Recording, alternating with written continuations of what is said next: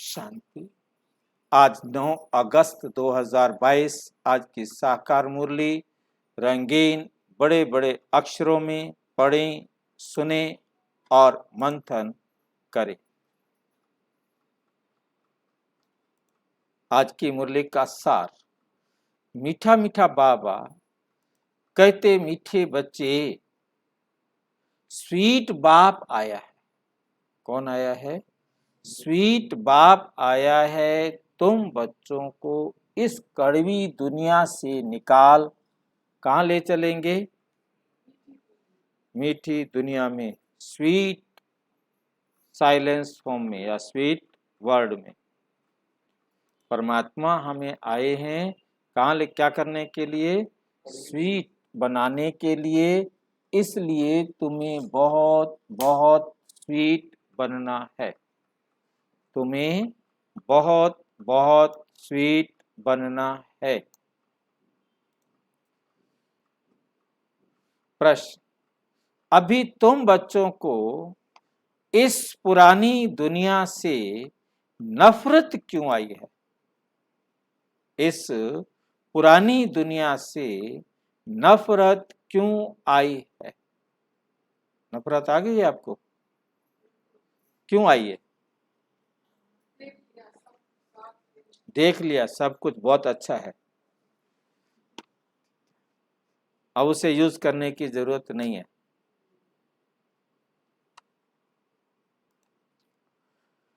क्योंकि ये दुनिया कुंभी पाक नरक है। ये कुंभी पाक नरक है। इसमें सब कड़वे हैं। ये गरुड़ पुराण में नरक का वर्णन किया गया है। कुंभी पाक नरक मतलब कढ़ाई में जलाए जाओगे, आग में जलाए जाओगे, वहाँ ये होगा, वहाँ ये होगा। ये सारे कुंभी पाक नरक। ये करोगे तो ऐसा होगा, ये करोगे तो ऐसा होगा। वो कहानियां लिख दी हैं, उन सबको कहा गया कुंभी पाक नरक। ठीक है। और दूसरा क्या है? विषय वैतरणी नदी। मतलब जो आपने कर्म किए उनके आधार पर कुंभी पाक नरक में मतलब आपको सजाएं दी जाएंगी। और एक विषय वैतरणी नदी है जहाँ बहुत कीड़े बच्चू टिंडन होते हैं, मतलब जो डंक लगाने वाले, और वो खुद को तैयार करके ही पार करने होते हैं। तब वो काटते और उनको फिर बड़ा दुख। हाँ, नहीं कुछ नहीं, वो फिर गाय अपने पीठ पर बिठा कर ले जाती है तैरते हुए ना, तो वो आपको कोई काट नहीं पाए। पंडित नहीं ले जाता, जिसको गाय मिली है। हाँ, वो कहता है मैं नहीं ले जाऊंगा, वो गाय ले जाएगी वहां उनको, बंदी हुई। उसके घर है, दूध उसको देगी, फायदा उसको होगा, और मुक्ति जो है ना उसको मिलेगी।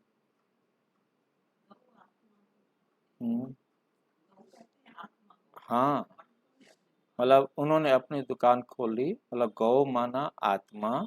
यदि आप अपने को आत्मा समझ लेंगे तो शरीर है ही नहीं।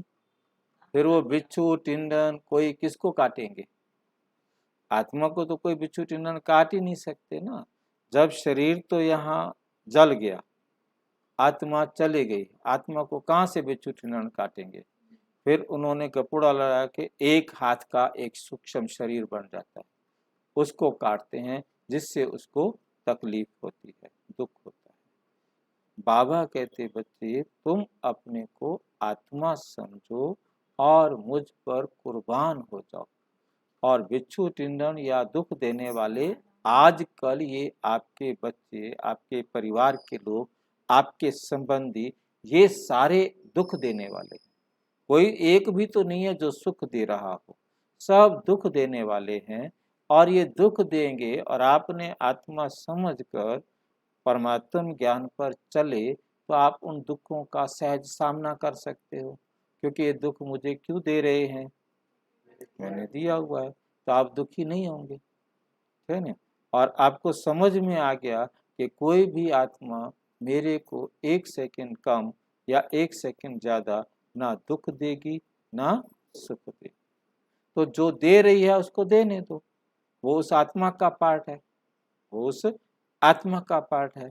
मुझे अब किसी को दुख नहीं देना है। तो विषय वैतरणी नदी यही है जिसमें हम रोजाना गलत काम करके अपने कर्मों की सजा भुगत रहे हैं।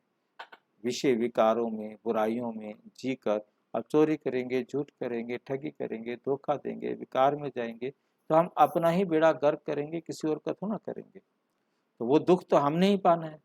फिर ये शरीर बीमार होंगे ही होंगे, फिर इनके इलाज के लिए धक्के खाते फिर विषय वैतरणी नदी में गोते खाते रहते हैं। इसलिए तुम्हें अब इससे क्या आती है? नफरत आती है।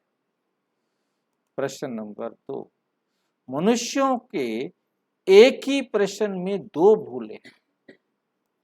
मनुष्य पूछते तो एक ही प्रश्न है, परंतु उसमें भूलें दो करते। दो भूलें कौन सी करते हैं?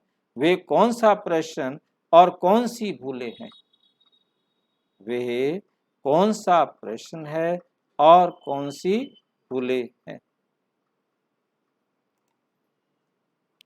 उत्तर, मनुष्य कहते हैं मेरे मन को शांति कैसे हो। इसमें पहली भूल, मन शांत कैसे हो सकता है। मन शांत कैसे हो सकता है जब तक वो शरीर से अलग ना हो। क्योंकि आत्मा जब शरीर से अलग होगी तब शांत होगा। क्योंकि मन जो है क्या है? मन क्या है? हाँ, आत्मा की सूक्ष्म शक्ति है मन। और क्या कहेंगे? मन क्या करता है? हाँ, मन जो है शरीर और बुद्धि के बीच में मीडिएटर है। मन बुद्धि और शरीर के बीच में मीडिएटर है। शरीर से जो भी संदेश आता है वो तुरंत बुद्धि को पहुंचाता है, और बुद्धि जो ऑर्डर करती है वो इस शरीर से कराता है।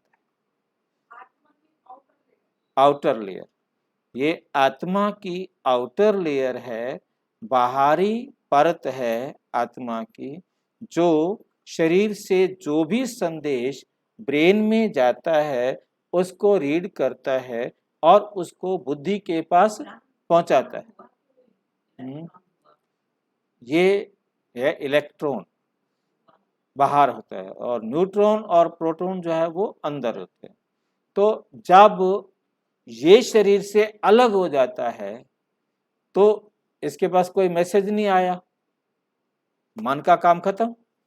मन के पास कोई मैसेज नहीं आएगा, मन के पास कोई मैसेज नहीं आएगा, ये बुद्धि को नहीं देगा, बुद्धि इसको कोई ऑर्डर नहीं करेगा।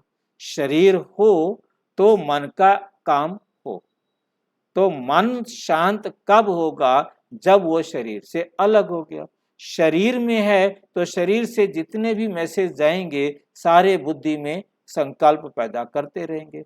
कोई चीज गर्म लगी तो मैसेज आया गर्म है, बुद्धि ने कहा ज्यादा गर्म है, इसको पैर को हटा लो, हाथ को हटा लो या बंद कर दो। कुछ भी जो भी करना है तो बुद्धि तुरंत क्या करेगी? ऑर्डर करेगी। तो मन का तो काम है, शरीर में आया और इसका काम शुरू। आंखों से देखा, कुछ देखा भी, ये देखा तो उसने बुद्धि को बताया ये दिखाई दे रहा है, बुद्धि ने कहा ठीक है इसको देखते रहो, अच्छा है, नहीं नहीं इसको नहीं देखो ये खराब है। तो मतलब ये जो भी सारा दिन डिसीजन है वो बुद्धि तब देती है जब मन संकल्प को क्रिएट करता है। मन का काम है सारा दिन संकल्प क्रिएट करना शरीर के अनुसार। शरीर से जो भी मिलता रहा, गर्म है, ठंडा है, मीठा है, खट्टा है, तेज है, संवेदी तंत्रिकाएं तो शरीर से संवेदना रीढ़ की हड्डी के माध्यम से ब्रेन में पहुंचाएंगी। हमारा उससे कोई मतलब नहीं। हमारा काम है, हमारा जो आत्मा का मन का काम है, जो संदेश ब्रेन में आया उसको रीड किया, उसको बुद्धि को बता दिया। एक टाइम में जितने भी संदेश है सारे के सारे संदेश साथ के साथ बुद्धि को वो बताता जाता है, और बुद्धि निर्णय करती जाती है ये करो, ये मत करो, ऐसे करो, वैसे करो, ऐसे करो, ये है वो है। सारा दिन ये बुद्धि डिसीजन करती रहती है। तो जो बुद्धि मन को कहती है वो इस शरीर से कराता है, और उसको कराने के लिए उसके पास 3 ग्लैंड्स हैं, पीनियल, पिट्यूटरी और हाइपोथैलेमस। इन तीनों के द्वारा वो इस बॉडी से सारे काम कराता है। तो वहां से वो हार्मोन्स रिलीज होते हैं जो इस शरीर को एक्टिवेट करते हैं, ठीक है, इस शरीर को कार्य करने के लिए सहयोग देते हैं। तो वो जो है ना कार्य यहाँ से हमारे यहाँ से लगभग 2-3 इंच अंदर आत्मा बैठकर, इसलिए उस स्थान को आज्ञा चक्र कहते हैं। उस स्थान को क्या कहते हैं? आज्ञा चक्र, क्योंकि वहां से सारी बॉडी का कंट्रोल होता है। तो वास्तव में वो करने वाला कौन है? मन। तो जब शरीर नहीं है तो मन को कोई थॉट नहीं मिलता शरीर के द्वारा जो वो जाके बुद्धि को कहे, बुद्धि कोई ऑर्डर दे तो किसको कहे। फिर जो सारा काम चलता है बुद्धि और संस्कार का चलता है। बुद्धि अपने संस्कार के हिसाब से कि मुझे अब इस शरीर से निकल गई आत्मा, अब उसका मन तो हो गया शांत, अब बुद्धि के आधार पर वो आत्मा मूव करती है जहां उसको जाना है, माँ के गर्भ में, और वहां जाकर के अपने शरीर में प्रवेश करती है और फिर उसका काम शुरू हो जाता है। ठीक है, रास्ते में कोई काम ही नहीं है। अब जो भी काम होना है कि मैंने वापस जा करके अपने बच्चों को बता के आना है वो सोने की गिनिया मैंने कहाँ छुपा के रखी हैं, तो वो आकर के किसी के माध्यम से बता के जाएगा, या फलानी फाइल कहाँ रखी है वो किसी के माध्यम से आके बता के जाएगा। तो मतलब वो काम करना है वो बुद्धि के हिसाब से चलेगा, संस्कार के हिसाब से चलेगा, क्योंकि वो रिकॉर्डिंग उस आत्मा में है, संस्कार में है, और वो संस्कार इमर्ज होगा और बुद्धि जो है ना वहां से मूव करेगी और उधर जाएगी, और जिसके शरीर में प्रवेश करना है उसके शरीर में प्रवेश करेगी और उसको काम कराएगी जो कराना है, और उसके बाद वापस आ जाएगी। चाहे वो दुख देना हो, चाहे वो सुख देना हो, चाहे वो सहयोग देना हो, उसमें मन का काम नहीं है। उसमें मन का काम नहीं है। मन तब काम करेगा जब वो दूसरे शरीर में प्रवेश करेगा। जब वो दूसरे शरीर में प्रवेश करेगा तो उसके शरीर के आधार से उसको ऑर्डर मिलेंगे, ऑर्डर देगा शरीर को, इसको मार। मतलब किसी में तो खुद आत्मा प्रवेश करके उसको कहती है अपने को मार, मतलब वो अपने हाथों से अपने को ही मारती है, मतलब इतना वो अपने ऊपर करते हैं। मतलब ये काम क्या हुआ, मतलब आत्मा अपने ही शरीर किसी जिसको जिसको दुख देना है उसके शरीर में प्रवेश करके उसके ही हाथों से उसके ही शरीर के द्वारा उसको सुख व दुख दोनों देने का काम करती है। हाँ बिल्कुल रिकॉर्ड। तो मतलब हमें बहुत अच्छी तरह से समझना है कि मन काम तब करेगा जब वो शरीर में है, शरीर में नहीं है तो मन शांत। तो यहाँ बाबा ने हमें बहुत अच्छी सी बात समझाई है कि मन जो है जब शरीर से अलग ना हो, जब तक शरीर से अलग ना हो, और दूसरी भूल जबकि कहते हैं ईश्वर के सब रूप हैं, हम सब आत्माएं ईश्वर के सब रूप हैं, परमात्मा फिर कहते हैं सर्वव्यापी है, कहते हैं परमात्मा क्या है? सर्वव्यापी है। फिर शांति कैसे चाहिए? फिर आत्मा सो परमात्मा कहते हैं, जैसे अभी भाई कह रहे थे कि अहम ब्रह्मास्मि, आत्मा सो परमात्मा। तो आत्मा सो परमात्मा कहने पर प्रश्न उठता है कि फिर शांति किसको चाहिए? यदि आत्मा ही परमात्मा है तो फिर शांति किसको चाहिए? देने वाले को? या देने वाला और लेने वाले में क्या फर्क है? फिर यदि आत्मा ही परमात्मा है तो शांति फिर किसको चाहिए? परमात्मा को चाहिए, क्योंकि आत्मा तो परमात्मा है, वो तो शांति देने वाली है, फिर उसको तो शांति नहीं चाहिए ना। फिर शांति किसको चाहिए और देने वाला कौन? ओम शांति। तुम बच्चे जानते हो शांति धाम से बाप आया हुआ है। बाप कहां से आया है? शांति धाम से आया हुआ है। और बच्चों से पूछते हैं कि किस विचार में बैठे हो, किस विचार में बैठे हो। तुम जानते हो बाप स्वीट होम शांति धाम, स्वीट होम शांति धाम से आए हैं। बाप कहाँ से आया है? स्वीट होम से आया है, शांति धाम से आया है, और सुख धाम में ले जाने के लिए आया शांति धाम से। और ले कहाँ जाएगा? खुद नहीं जाएगा, बाबा खुद सुख धाम में नहीं जाएगा। बाप कहते हैं अब तुम अपने स्वीट होम को ही याद करते रहो। किसको याद करो? क्यों याद करें? वहां जाके हम कुछ बोलेंगे नहीं, खाएंगे नहीं, हिलेंगे नहीं, डुलेंगे नहीं, कोई काम नहीं, क्या करेंगे जाने? हाँ, उसे याद करना माना घर जाने की शर्तें पूरी करना। जैसे ड्यूटी से हम छुट्टी होती है तो हमें घर याद आता है ना, सब्जी लेके जानी है, सामान मंगाया था, क्या क्या मंगाया था वो लेके जाना। तो ऐसे हमें परम धाम अपने घर वापस जाना है। तो कैसे जाना है? अपना सारा कार्मिक अकाउंट बराबर करके जाना। सारा कार्मिक अकाउंट बराबर करके जाना है। तो खुशी से करना है कि रो कर करना है? खुशी से। यदि कोई दुख दे, बहुत अच्छा, हिसाब बराबर हो गया, ओम शांति। सुख दे, ओम शांति, बहुत अच्छा, हिसाब बराबर हो। मतलब जो कुछ भी हो, हमारी अवस्था खराब ना हो, ये हमारी स्टेज होगी घर जाने। साक्षी दृष्टा। जब तक हम साक्षी दृष्टा नहीं बनेंगे तब तक हम परम धाम नहीं जा सकेंगे। मतलब हमारे को कोई भी सुख का कर्म या दुख का कर्म हमारे प्रति किया गया, हम ना सुखी हों और ना ही हम दुखी। वो स्टेज होगी, हमें कोई आकर्षण भी नहीं है और कोई विकर्षण भी नहीं है। जहाँ नफरत है, जैसे आज बाबा ने कहा, तो मुझे वहां पर भी प्रश्न उठा था, हमें किसी से नफरत भी नहीं, हमें किसी से प्यार भी नहीं। मतलब हमारा कोई आकर्षण नहीं है, उसका मतलब ये नहीं कि नफरत है। ठीक है, ठीक है। साक्षी के लिए क्या होता है? ठीक है, मर्डर कर रहा है तो भी ठीक है, सुख दे रहा है तो भी ठीक है, हमारे लिए तो ठीक है। एक फिल्म चल रही है, उस फिल्म में हमको चेंज तो कर ही नहीं सकते। मर्डर करने वाला मर्डर कर रहा है, सुख देने वाला सुख दे रहा है, देते रहो, फिल्म है। ऐसे ये संसार भी एक नाटक है, एक फिल्म है, हम उससे एकदम न्यारे साक्षी होते जाएं। नफरत शब्द का प्रयोग हम उस अवस्था में करते हैं, हमें अटैचमेंट है। उस अटैचमेंट को खत्म करने के लिए एंटी थॉट देना पड़ता है, नफरत क्रिएट करनी पड़ती है, तो हम उससे अपने आप को हटाते हैं।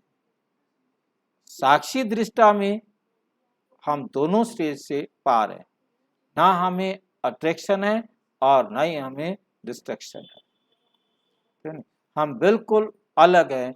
वो स्टेज बेस्ट स्टेज है, उस स्टेज पर ही हम आत्माओं को घर जाना, क्योंकि लास्ट में यही हमारा पेपर है। इसी पेपर के द्वारा लास्ट में क्या, अभी से ही हमारा पेपर है कि जितना समय हम साक्षी दृष्टा रहेंगे उतना समय हमारी जो अवस्था है वो एकदम शांत संतुष्ट रहेगी।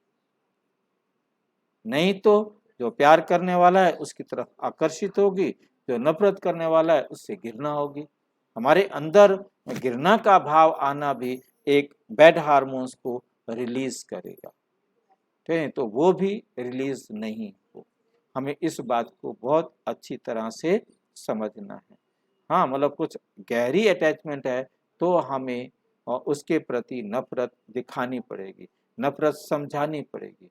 विकारों से मुक्त होने के लिए उन विकारों के प्रति नफरत वाले थॉट क्रिएट करने पड़ेंगे, तब जाकर के हम उससे क्या होंगे, डिटैच होंगे, क्योंकि हमने उससे अपने आप को बहुत ज़्यादा अटैच किया हुआ है। क्योंकि जब तक हम क्रिएट नहीं करेंगे तब तक वहाँ से नफरत नहीं होगी और हम डिटैच नहीं हो पाएंगे। क्योंकि हमने बहुत समय से 63 जन्मों से इन विकारों के चंगुल में अपने आप को बांधा हुआ है। ज्ञान से नहीं हटेंगे, उसके लिए तो नफरत क्रिएट करना बहुत बहुत जरूरी है। क्योंकि यदि ये मेरे जीवन में रहे तो मेरे को श्रेष्ठ भाग्य बनाने का मौका नहीं मिलेगा, नहीं मिलेगा।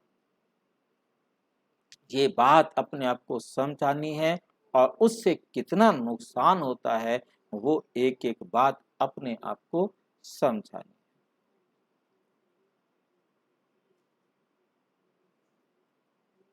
तो घर को याद करना माना साक्षी दृष्टा होना।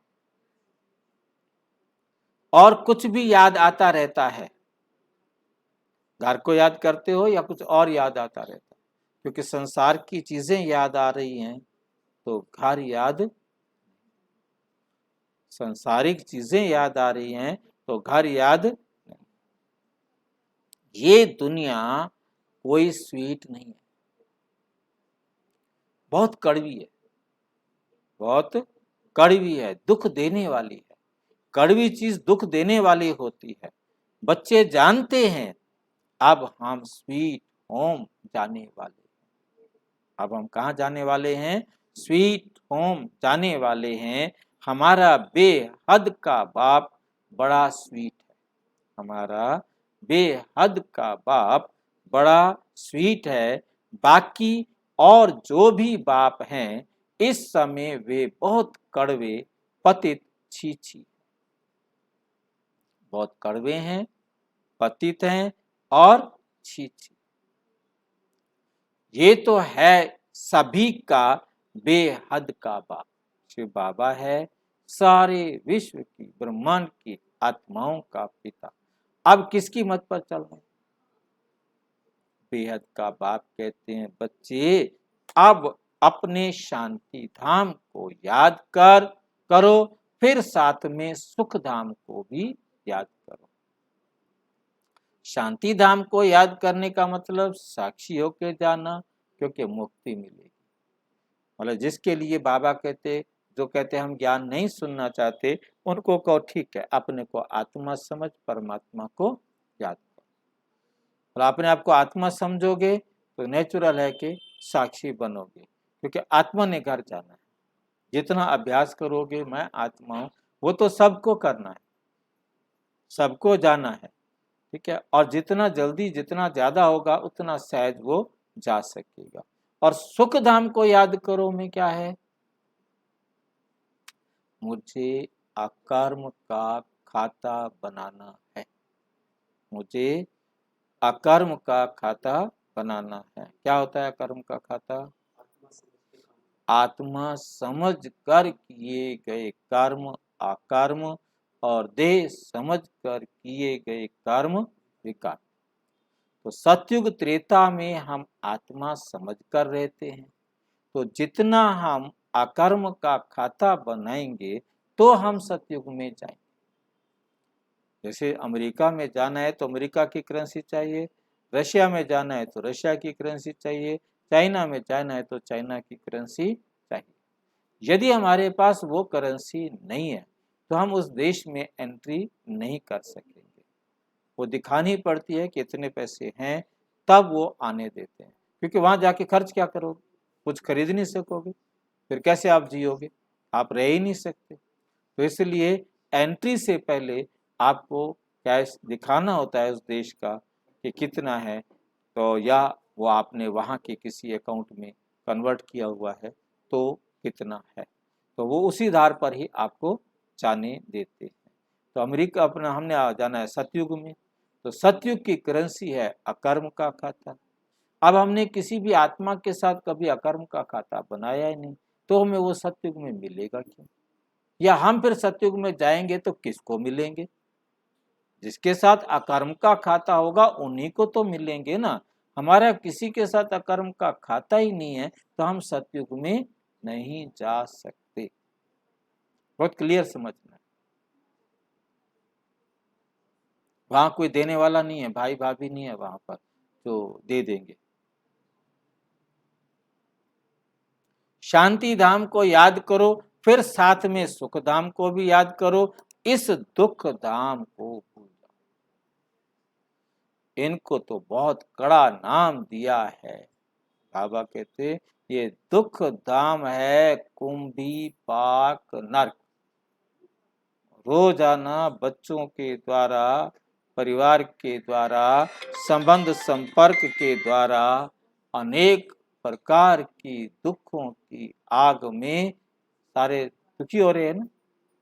कोई पड़ोसी है आराम से नहीं रहने दे रहे, भाई हैं आराम से नहीं रहने दे रहे, पति ऐसा मिल गया है जो जीवन नरक बना दिया, या पत्नी ऐसी मिल गई है जो जीवन नरक बना दिया, या बेटा ऐसा आ गया है जिसने सारे घर का सत्यानाश करके रखा हुआ है। मतलब कोई भी ये कुंभी पाक नरक है जिसमें सब तिल तिल करके जल रहे, सारा दिन दुखी होते रहते हैं। यही विषय वैतरणी नदी बहती है। वो तो दिखाते हैं गरुड़ पुराण में कि वहां एक अलग से होती है। ये है जिसमें सारा संसार दुखी है, जिसे कुरान में लिखा गया दोज़ख की आग में नहीं चलना है। अब उन विचारों को ये समझ में नहीं आया कि दोज़ख की आग क्या होती है। उन्होंने कहा इस शरीर को ही नहीं जलाना है, इसलिए वो शरीर को नहीं जलाते। बात उनके कुरान में लिखी है दोज़ख की आग में नहीं जलना है, शब्द ये है। अब दोज़ख की आग है इस नरक में परिवार के द्वारा या अपने जीवन के विकारों के द्वारा जो जीवन नरक बन गया है, जीवन में दुख आ गए हैं, दुखों को आग कहा गया है, परंतु उन विचारों को समझ में नहीं। बाप समझाते हैं ये सारी दुनिया ही विषय वैतरणी नदी है, सब इस समय दुख पा रहे हैं, इसलिए इनसे नफरत होती है। इनसे क्या होती है? नफरत। किनसे नफरत करनी है? विकारों से, अपनी गंदी आदतों से। हमने किसी आत्मा से तो नफरत करनी नहीं है, हमने किसी भी आत्मा से नफरत नहीं करनी। सभी आत्माओं को हमने सहन करना, उनको हमने क्या करना है? और वो सहन कब होता है? जब साक्षी बने। अदरवाइज दुख देने वाली आत्मा को कैसे सहन करें? है नहीं, वो नहीं कर पाएंगे सहन। परंतु यदि साक्षी बनने का आपके पास अभ्यास है तो आप उसको सहज सहन कर सकेंगे कि ये जो कुछ भी आत्मा कर रही है वो राइट, वो राइट। फिर मुझे उसको कुछ कहने की जरूरत है ना? जिसको बड़े अच्छे शब्दों में जेल में लिखा जाता है, बाकी स्कूलों में भी लिखा जाता है, पाप से घृणा करो, पापी से नहीं। बड़ी क्लियर लाइन है। हाँ जी, हाँ, मतलब बात सारी एक ही है। मेन बात हमें समझनी है कि आत्मा, हालांकि बुद्ध आत्मा को नहीं मानता, नहीं, बुद्ध आत्मा को नहीं मानता, तो हमें बहुत अच्छी तरह से समझना है कि हमने किसी पाप करने वाले से कोई भी घृणा नफरत नहीं करनी है, वो तो मेरा भाई है।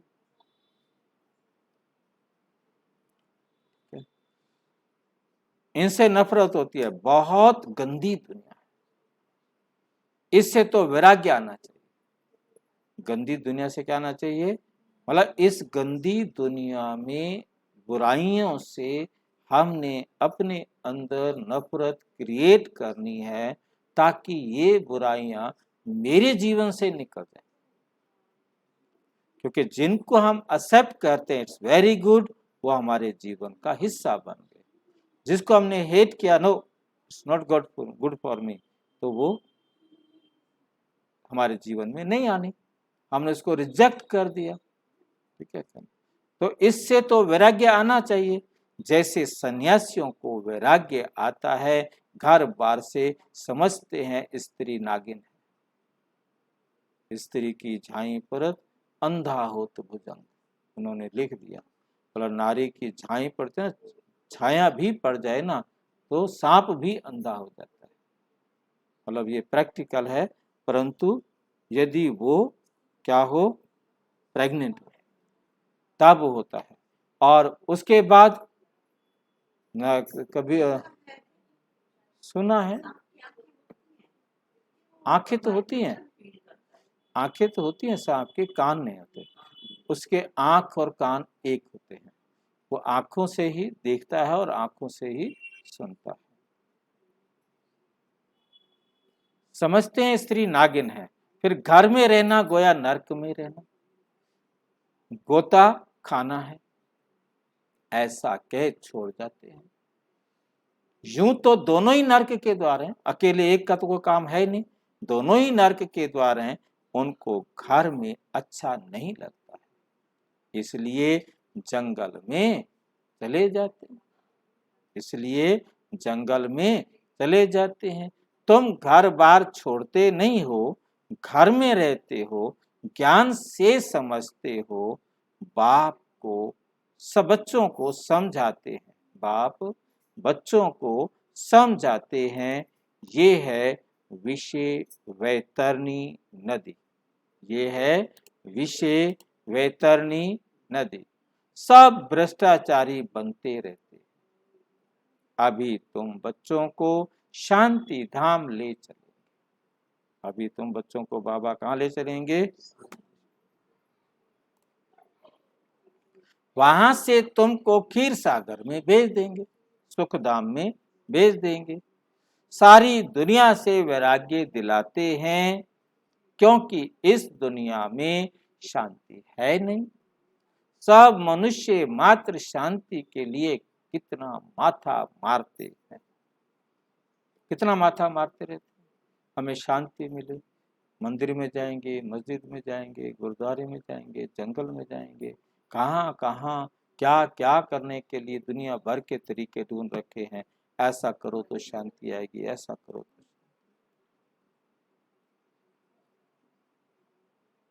कहेंगे मन की शांति चाहिए, अर्थात मुक्ति धाम में जाना चाहते हैं। प्रश्न ही कैसा पूछते हैं, मन तो शांत हो नहीं सकता जब तक आत्मा शरीर से अलग ना हो। एक तो कहते हैं ईश्वर सर्वव्यापी है, हम सब ईश्वर के रूप हैं, फिर ये प्रश्न क्यों, ईश्वर को शांति क्यों चाहिए। बाप समझाते हैं शांति तो तुम्हारे गले का हार है।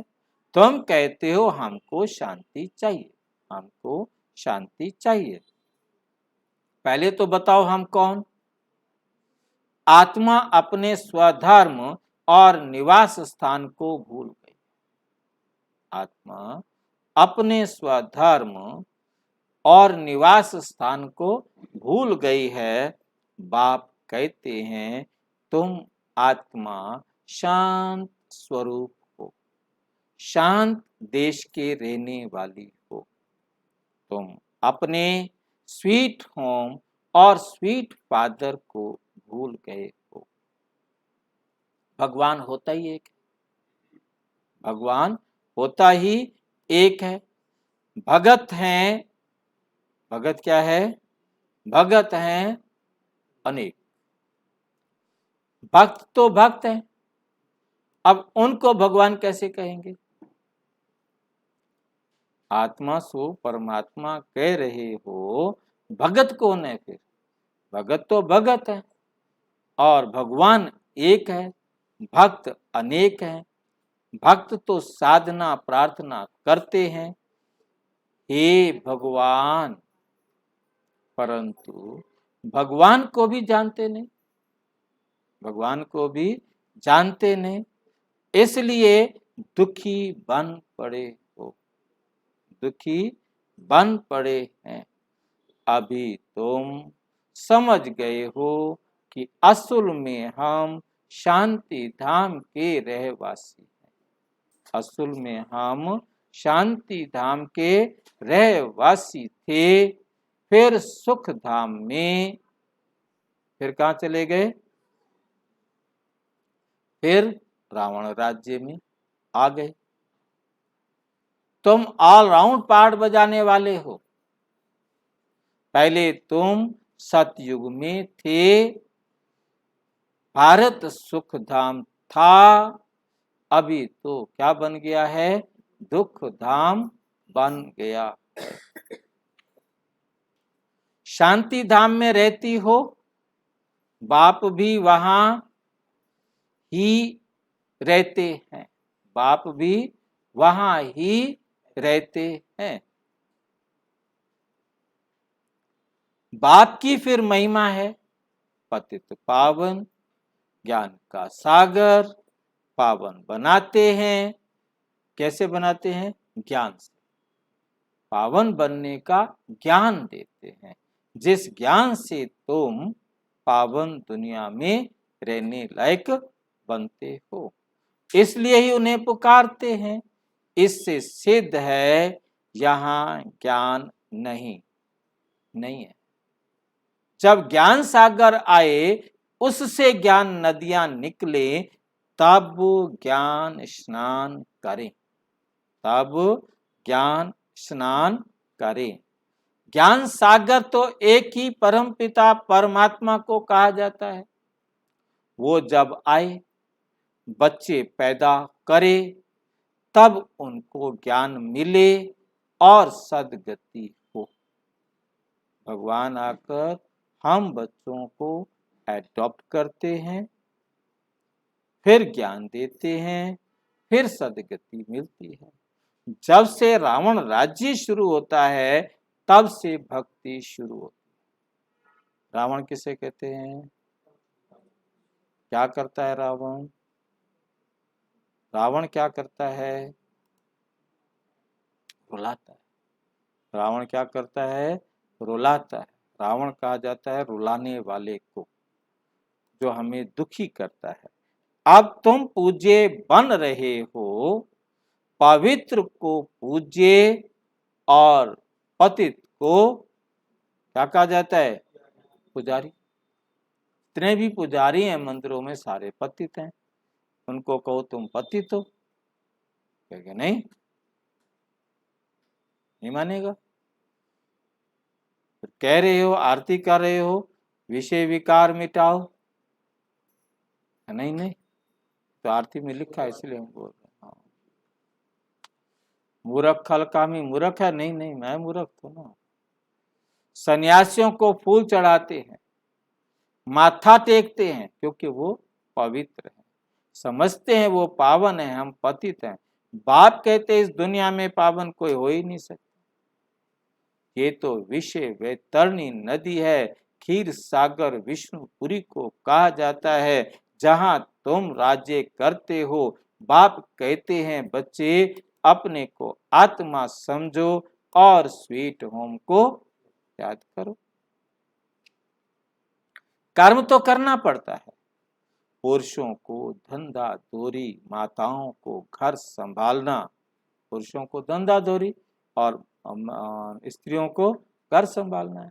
तुम भूल जाते हो, इसलिए अमृत वेले का टाइम बहुत अच्छा। सवेरे सवेरे सारे दिन में बाबा की श्रीमत पर कौन कौन सा काम कैसे कैसे करना, आपने सवेरे सेट कर दिया, सारा दिन उसी अनुसार काम हो जाएगा, खत्म।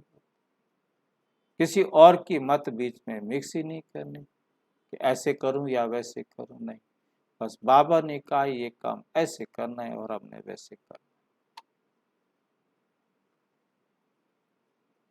इसलिए अमृत वेले का टाइम बहुत अच्छा है, उस समय याद करो। सबसे अच्छा समय है अमृत वेले का, जबकि दोनों फ्री है। दोनों कौन, दोनों कौन फ्री है?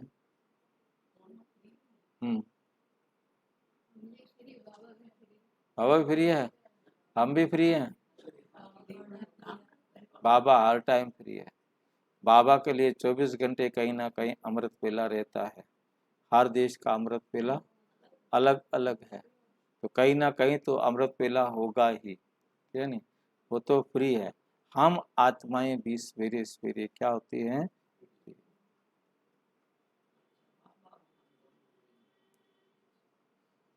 बाबा कहते 5 बजे के बाद मैं भक्तों के पास रहता हूँ। इसलिए बच्चों के लिए टाइम है 4 बजे से पहले, 5 बजे से पहले, 4 से पौने 5, 5 जो भी टाइम, मतलब ये बच्चों का टाइम है।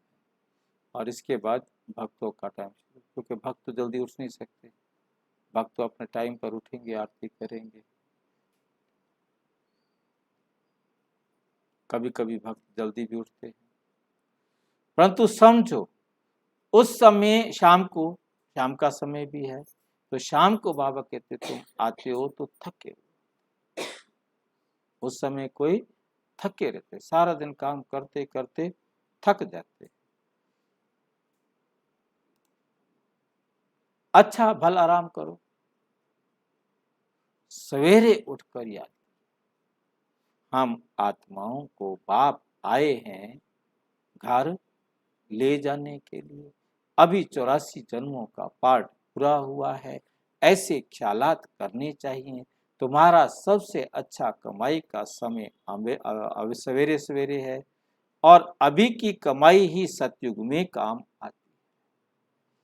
अभी की कमाई ही सतयुग में काम आती है। कौन सी कमाई करनी है? सतयुग के लिए कौन सी कमाई करनी है? अकर्म का खाता बढ़ाना है, अकर्म का खाता बढ़ाना है। परिवार में संबंध संपर्क में जो भी मिले उसके साथ अकर्म का अकाउंट खोलते जाना, उसे रूहानी दृष्टि से देखो, रूहानी दृष्टि से बात करो, कोई भी लेन देन करो तो रूहानी दृष्टि से करो, किसी भी प्रकार का अटैचमेंट ना हो, किसी प्रकार का नफरत भी ना हो। साक्षी दृष्टा होकर के जितनी आत्माओं के साथ व्यवहार करेंगे वो आपका अकर्म का खाता बनता जाएगा, जिसके आधार पर फिर सतयुग में आप उनके संबंध संपर्क में नहीं किया तो फिर सतयुग में तो आ नहीं सकते। वह धन की तो कोई तकलीफ नहीं, कोई फिक्रात नहीं रहती। बाप तुम्हें इतना झोली भर देते हैं जो फिर कमाई के लिए फिक्र ही नहीं रहता कि हम जाके सतयुग में मजदूरी करें, नौकरी करें या कोई बिजनेस करें, नहीं।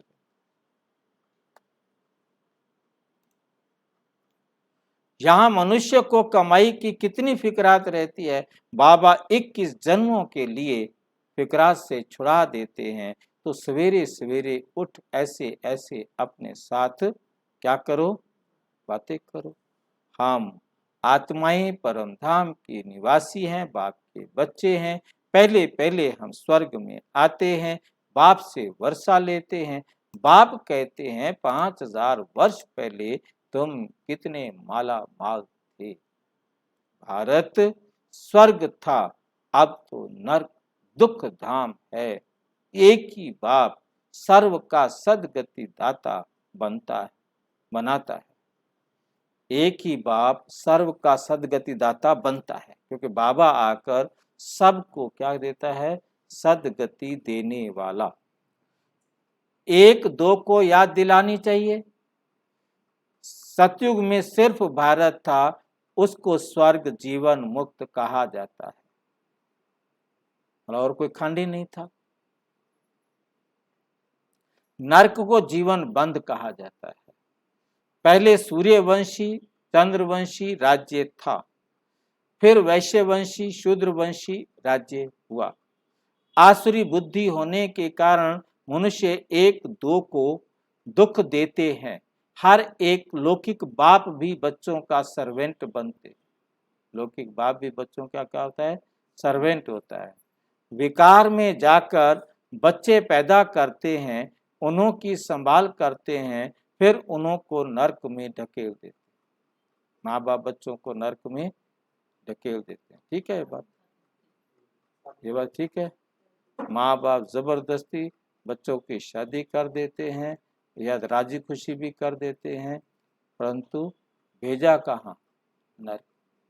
वो कहते हैं हमारी जिम्मेवारी है बच्चों की शादी करना, और शादी करना माना बच्चों को नरक में। ये जुल्म कौन करते हैं, माँ बाप। तो माँ बाप भी दुश्मन बन गए। क्या होगा। मैंने सोचा था कि माँ बाप भी दुश्मन होंगे, पर यहाँ आकर बाबा ने शरीर के माँ बाप को भी बच्चों का क्या बना दिया, दुश्मन।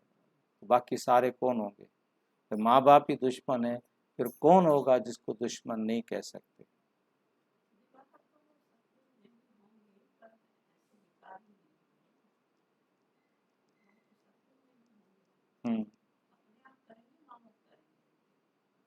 माँ बाप करेंगे,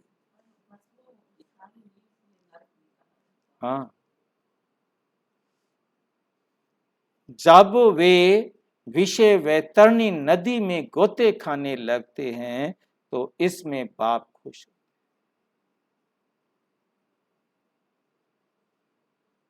तो भोले हुए ना, बाप खुश होते हैं तो भोले हुए ना। ये पारलौकिक बाप भी भोला है, बच्चों का सर्वेंट है। वे लौकिक बाप बच्चों को नरक में डाल देते हैं और ये शांति धाम स्वर्ग में ले जाते, ये भी बोला। मेहनत तो करते हैं ना, बाबा भी आके परम धाम से मेहनत तो करता है ना। कितना बोला है, अपना परम धाम छोड़कर आया है, कितना बोला है। परम धाम में आराम से परम अवस्था में था, सोचना भी नहीं, खाना भी नहीं, पीना भी नहीं, बोलना भी। और यहाँ सिर खपाई कितना करता है बच्चों के साथ। देखते हैं आत्माओं की कितनी दुर्गति हो गई है, मेरे को गाली ही देते रहते हैं, मुझे जानते नहीं है, मेरे रथ को भी गाली दे। कितने झूठे कलंक लगा दिए हैं, तुम्हारे पर भी कलंक लगाते हैं, श्री कृष्ण पर भी कलंक लगाते हैं, परंतु कृष्ण जब गोरा है तब कोई कलंक लग नहीं सकता। जब सांवरा है, सांवरा बनता है तब कलंक लगता है। जो गोरा था वो ही सांवरा बना, इसलिए कलंक लगता है।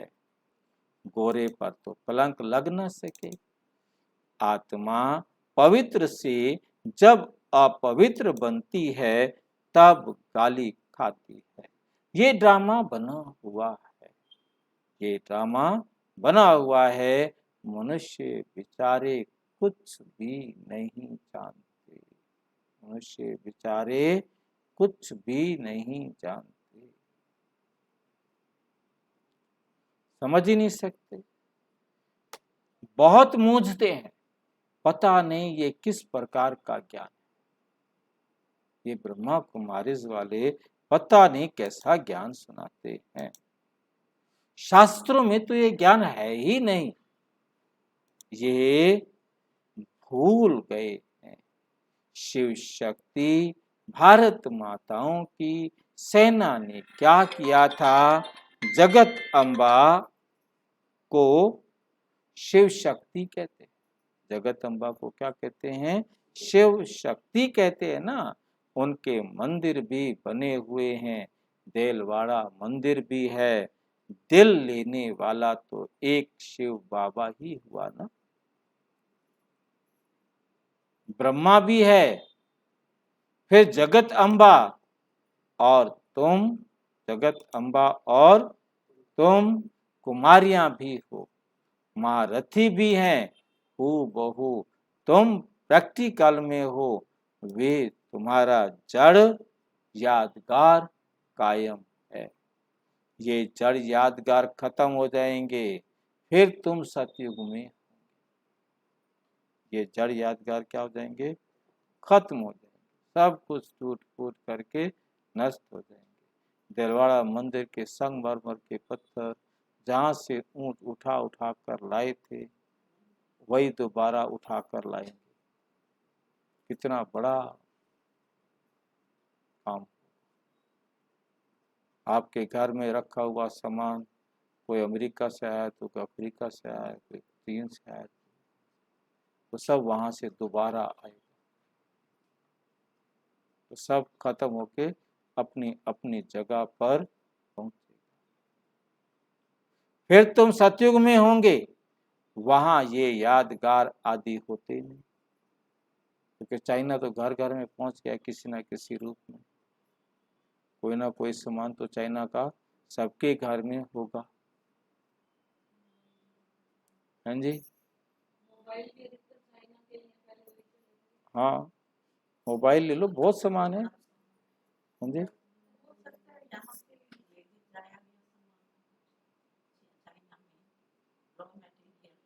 रॉ मटेरियल यहाँ से गया हो, बन के तो वहां से आया ना।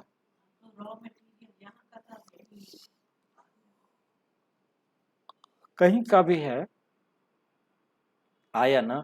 तो 5000 वर्ष पहले भी ऐसे बैठे थे जैसे आप बैठे हो, यादगार बना था।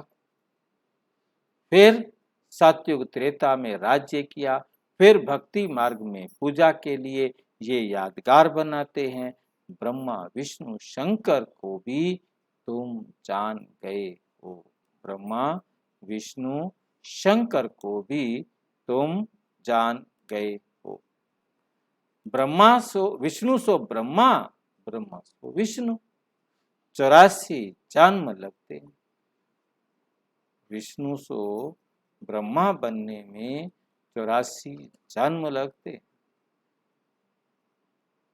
अभी फिर तुम पुरुषार्थ करते हो, पालो मम्मा बाबा।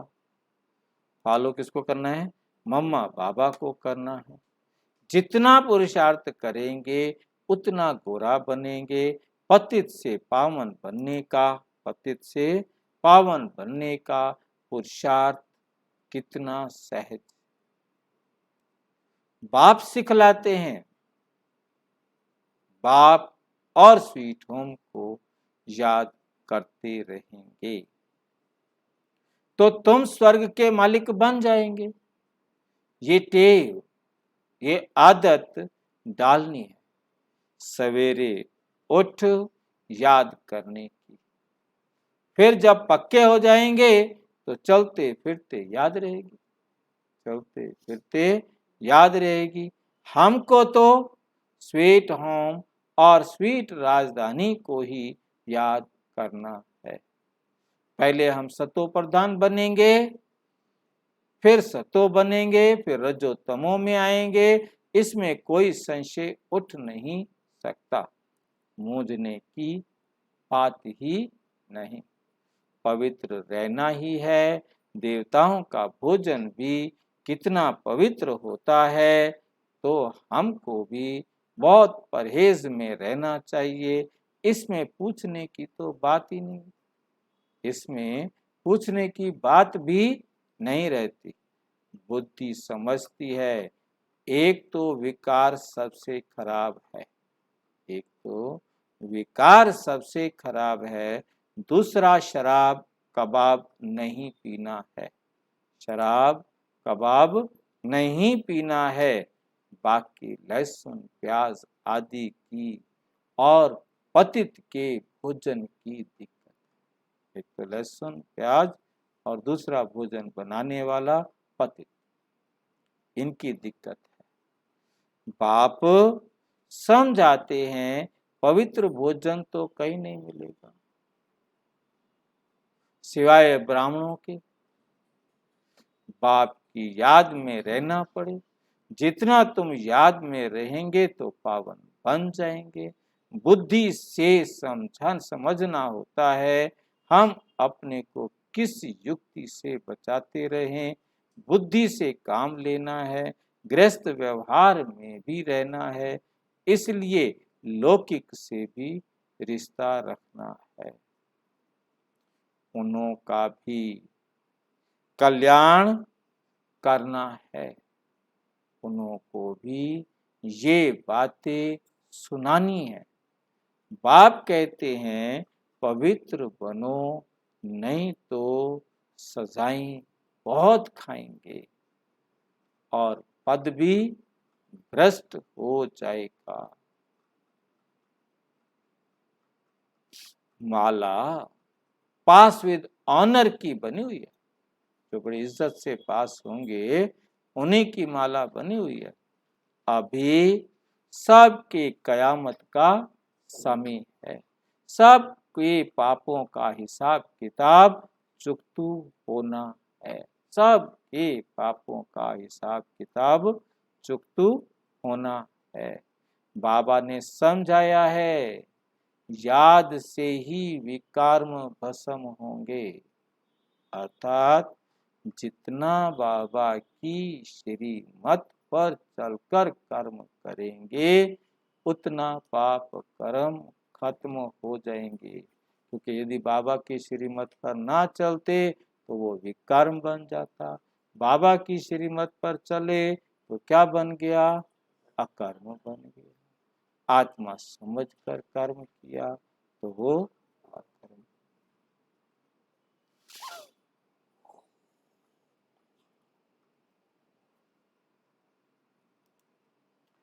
इसमें ही मेहनत है, अपने विकर्म भस्म करने में ही मेहनत है। ज्ञान तो बड़ा सहज है, सारा ड्रामा और झाड़ बुद्धि में आ जाता है। बाकी स्वीट बाप, स्वीट राजधानी और स्वीट होम को याद करना है। अभी नाटक पूरा होता है, अभी नाटक क्या होता है? पूरा होता है। तो क्या करेंगे? घर जाना है। पुराना शरीर छोड़ सब आत्माओं को अपने घर वापस जाना है। ये पक्का रखना है। ऐसी याद करते करते शरीर छूट जाएगा और तुम आत्माएं चली जाएंगी। बहुत सहज है। अभी तुम सन्मुख सुनते हो और बच्चे जो दूर बैठे हैं वो टेप से सुनेंगे। उनके लिए टेप रिकॉर्ड भरकर भेजी गई। एक दिन टेलीविजन पर भी ये ज्ञान सुनेंगे। हाँ जी,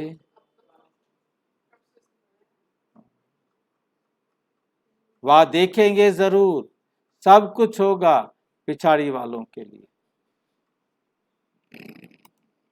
सब कुछ किसके लिए, किन के लिए होगा? हेमते बच्चे मत दे बाप, ये भी प्रबंध हो जाएगा। सर्विस करने वाले भी अच्छे होंगे तो बच्चों की उन्नति के लिए ये भी सब प्रबंध अच्छा हो जाएगा। ये भी जिसको चाहे ले सकते हैं।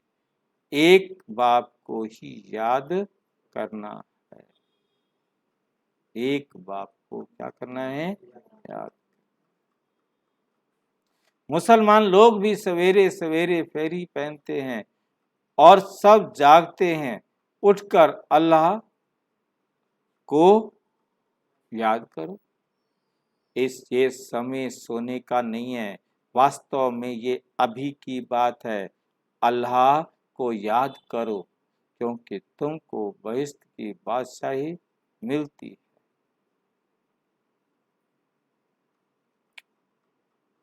बहिश्त को फूलों का बगीचा कहा। बहिश्त को क्या कहा जाता है?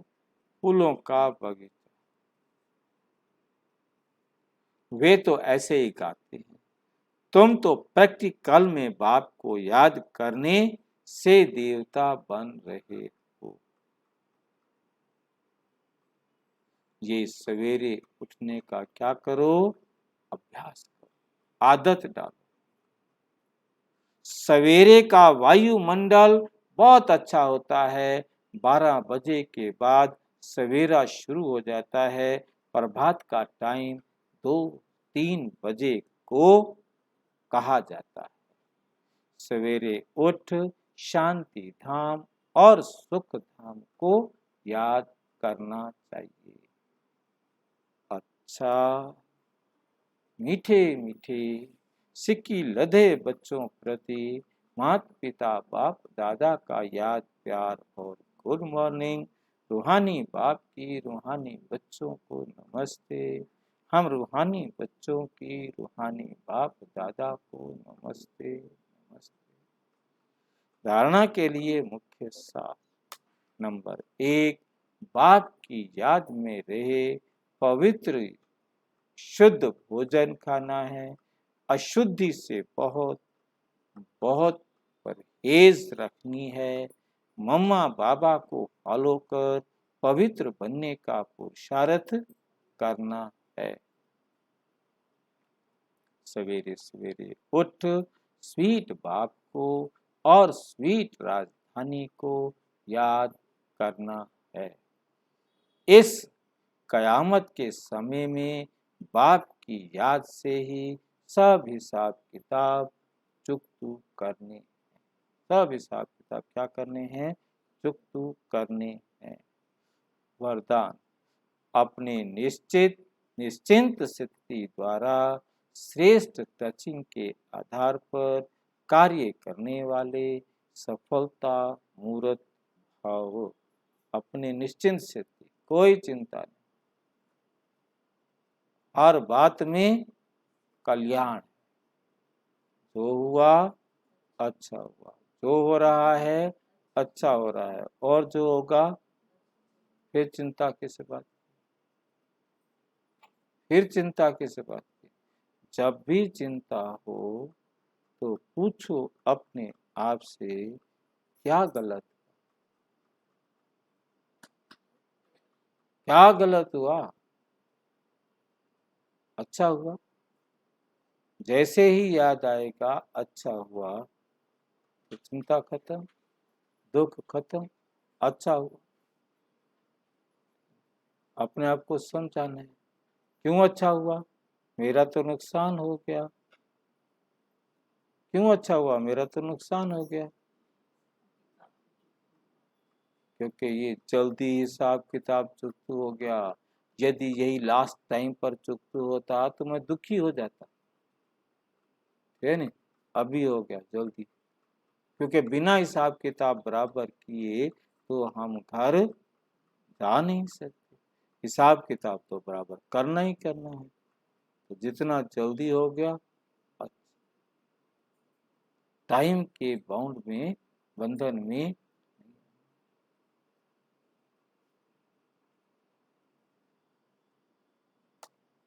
कोई भी कार्य करते सदा स्मृति रहे कि बड़ा बाबा बैठा है, बड़ा बाप,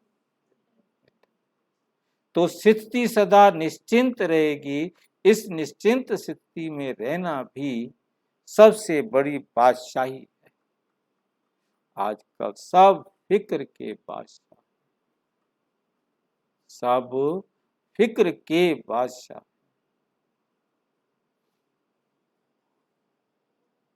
और आप क्या हो? बेफिक्र बादशाह हो। जो फिक्र करने वाले होते हैं उन्हें कभी भी सफलता नहीं मिलती। क्यों?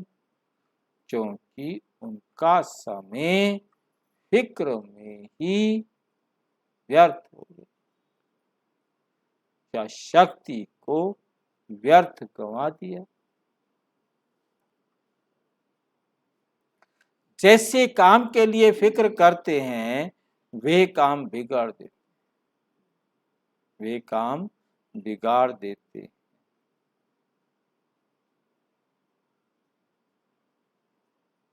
लेकिन आप निश्चिंत रहते हो, इसलिए समय पर श्रेष्ठ टचिंग होती है, सेवाओं में सफलता मिल जाती है।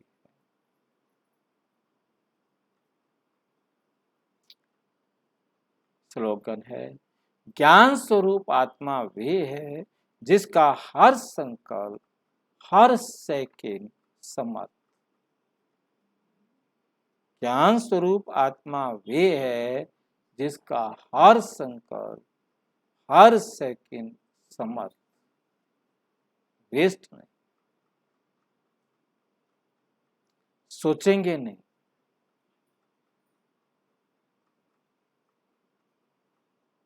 अच्छा, विस्तार से जानने के लिए विश्व में 140 देशों में प्रजापिता ब्रह्मा कुमारी ईश्वरीय विश्वविद्यालय के किसी भी सेवा केंद्र पर संपर्क करें, या कोई प्रश्न है तो 9213106986 पर केवल टेलीग्राम करें,